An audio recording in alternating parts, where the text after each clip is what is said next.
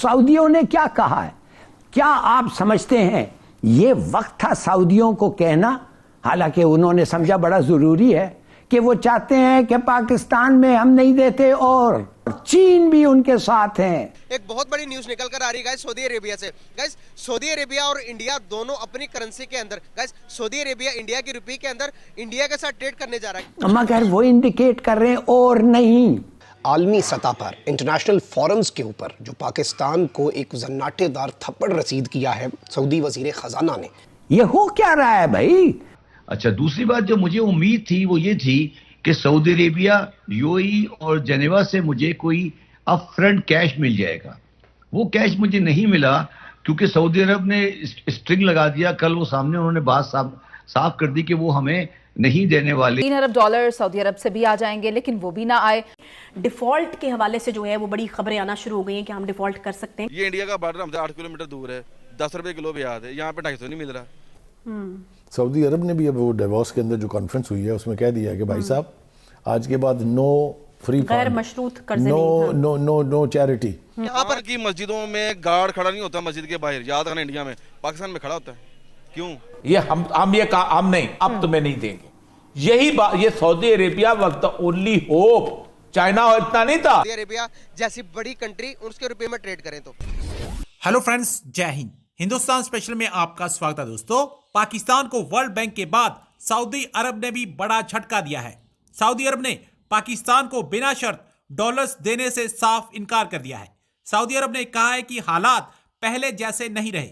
Saudi अरब अपनी अर्थव्यवस्था को मजबूत करने के लिए बड़ी योजना पर काम कर रहा है। सऊदी अरब के वित्त मंत्री ने बुधवार को कहा है कि उनका देश अब पहले जैसे सीधे आर्थिक सहायता देने की नीति को बदल रहा है। इसके अलावा किसी दूसरे देश में बिना शर्त पैसा भी जमा नहीं करेंगे। इससे पहले सऊदी अरब ने पाकिस्तान को अरबों डॉलर्स की मदद की थी और उसके विदेशी मुद्रा भंडार में कई अरब डॉलर्स जमा करवाए थे। सऊदी अरब ने अब तक कई बार पाकिस्तान को संकट से उभारा है, लेकिन अब सऊदी ने भी पाकिस्तान की मदद करने से साफ इनकार कर दिया है। चीन ने भी हाथ खड़े कर दिए हैं। पाकिस्तानी मीडिया ये चर्चा कर रहा है कि चीन भी हमारी मदद नहीं कर रहा, इसीलिए हमें चाहिए कि भारत के साथ रिश्ते सुधारे जाएं। डिफॉल्ट के हवाले से जो है वो बड़ी खबरें आना शुरू हो गई हैं कि हम डिफॉल्ट कर सकते हैं। कितनी सच्चाई है इसमें और मतलब किस तरीके से इससे बचा जा सकता है इस सूरत हाल से? तो वो जो बारूदी सुरंगों की बातें करते हैं ना जी, वो बारूदी सुरंगें जो हैं जो इकॉनमी पर नज़र रखते हैं उनको नज़र आ रही हैं। अच्छा जी, एक तो ये बात हो गया। दूसरी बात ये है कि पाकिस्तान ने एक और जो मैं समझता हूँ गलती की है वो ये है कि इन्होंने आंखें बंद करके इन्हिसार जो है वो डोमेस्टिकली फैसले करने की बजाय जो हमारे दोस्त ममालिक हैं उनके बास्केट में सारे अंडे रख दिए कि ये आएंगे, हमें पैसे देंगे, हमें बचा लेंगे। जो हमारे सबसे दरीना दोस्त हैं वो है सऊदी अरब। सऊदी अरब ने भी अब वो डेवोस के अंदर जो कॉन्फ्रेंस हुई है उसमें कह दिया है कि भाई साहब आज के बाद नो फ्री गैर मशरूत कर्जे, नो चैरिटी। आइंदा हम कर्जा आपको देंगे उन्हीं शराइत पर जिन शराइत पर दूसरे ममालिक दे रहे हैं। ठीक है। चाइना की तरफ से ऐसा तल्ख जवाब तो भी नहीं आया है, लेकिन कोई वाज़े उम्मीद भी नजर नहीं आ रही है।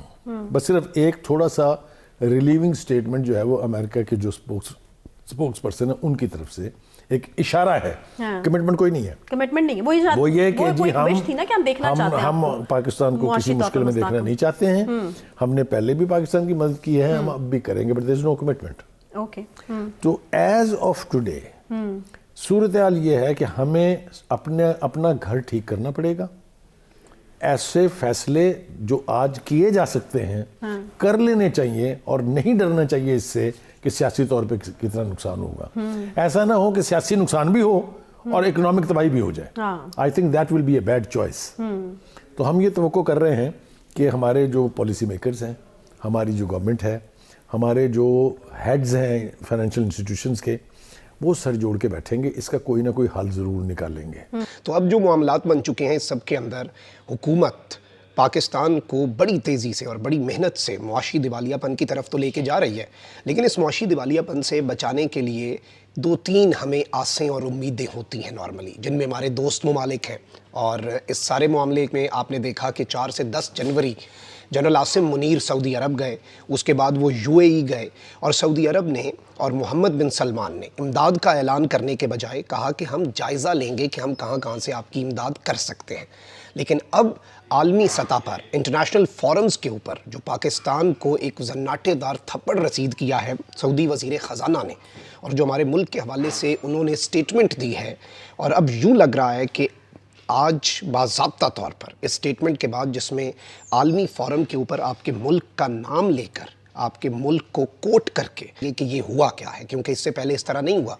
अब वर्ल्ड इकनॉमिक फोरम ये इस वक्त जारी है और डेवस में ये बेसिकली हो रहा है और इसमें दुनिया भर से जो अहम तरीन ममालिक हैं उनके अहम तरीन लोग यहाँ पर इसमें शिरकत करते हैं।